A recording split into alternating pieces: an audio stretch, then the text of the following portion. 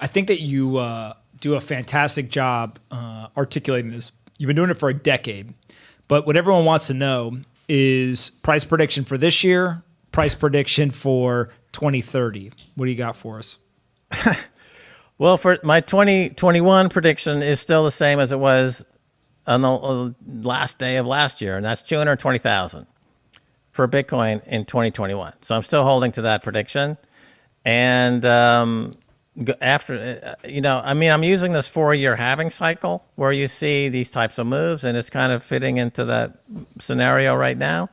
And following 2022, let's say getting into the 2023, 2024 period, at the moment, my feeling is that it might not be a great year, actually. We might see more of one of our historic pullback years that I've been through 90% corrections in Bitcoin going back to 2011. We haven't seen, those are very, very damaging, to one's spirit. But nevertheless, for 2021, though, I'm still very, very wildly bullish for 2021. I think we're now starting to see this crossover from the 200-day moving average. You're starting to see the Washington, D.C. experience has shown people that, Washington's actually powerless against this thing. Everyone is hoping, we're going to ban Bitcoin. And they all went there and they had their meetings and they had their votes and they had their sessions. And then Bitcoin, tick-tock, next block. It doesn't stop. And I think people are scratching their head like, wait a minute, you mean the U.S. government really can't stop this thing? I'm going to buy more. So we're seeing the U.S. kind of fail in its attempt to stop it. And that's bullish, and so that's going to offer a lot of price support. The Michael Saylors of the world, he is he's orange pilling trillions of dollars worth of cash on the sidelines. Michael Saylor is is got the best pitch. I'll say that. He's got the best pitch of anybody, which is great because he's got a lot of money and a lot of Bitcoin. So we've got like Ted Williams in the batter's box right now, or Gordie Howe or Wayne Gretzky or whoever you want to use. I'll use a Joe sports analogy because I know he's into sports.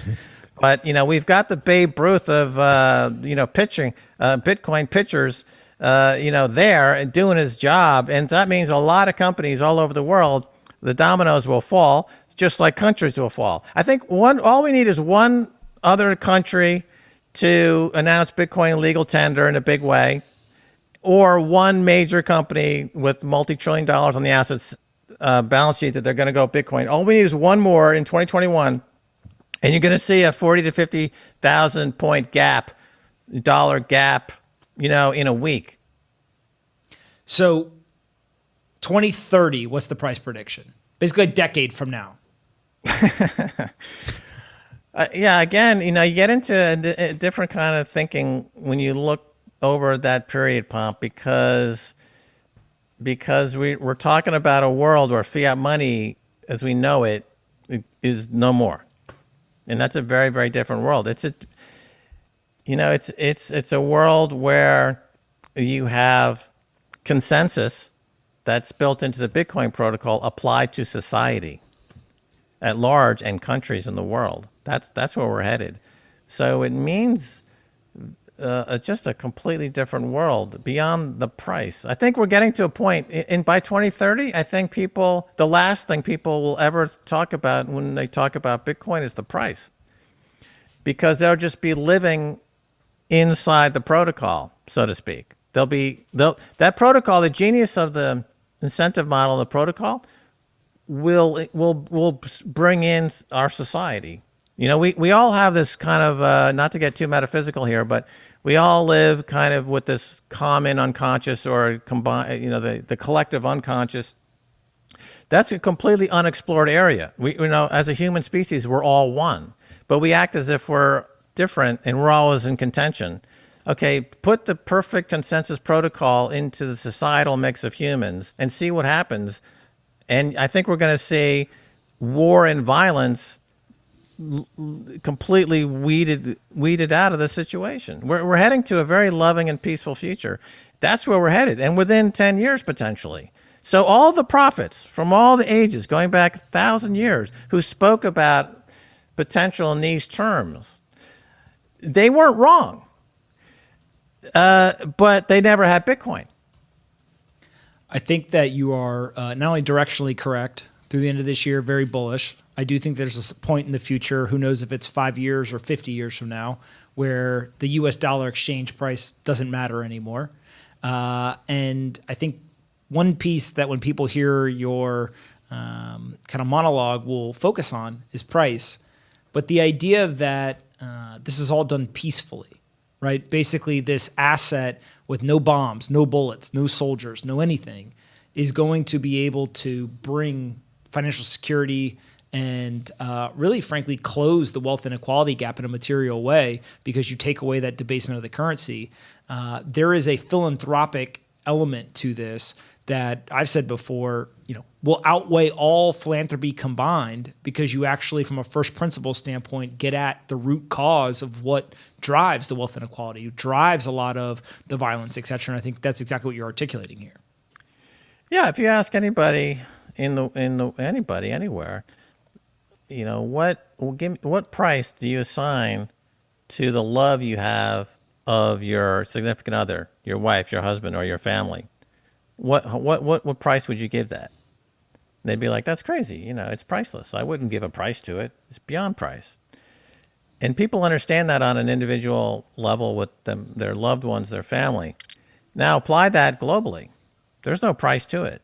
And we could potentially be entering it, the Bitcoin singularity, which is approaching within the next 10 years, is a love bomb, essentially, that unites everybody on that base layer of humanity that is love, that we all know about it, and we have it's spoken about through art and through even science. Science is an expression of love in many ways. I think Copernicus or Galileo or Einstein, they loved what they did, and and they changed the way we think.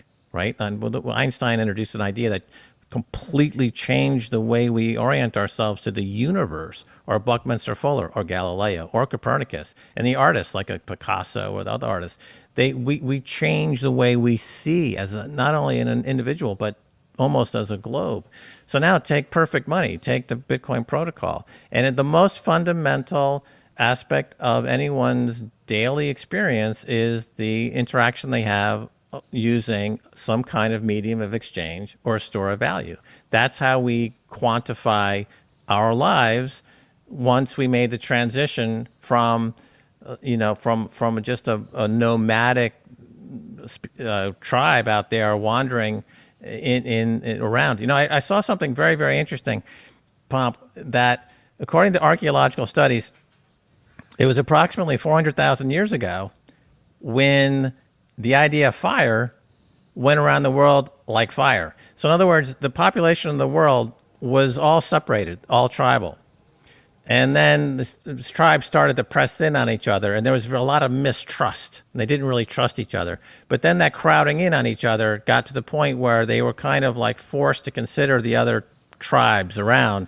And so the idea that one tribe had, which was using fire constructively, using fire to cook, using fire, taming fire, caught on, and it went global. And so similarly with Bitcoin, it started off very tribal. The geeks, the nerds, the freaks, the cypherpunks with Bitcoin. And now it's getting to the point where it becomes so obviously utilitarian, so obviously beneficial, such a leap for humanity that it's undeniable. It's unstoppable. It's unconfiscatable. It's uncensorable. And so that's the moment and the threshold we're on.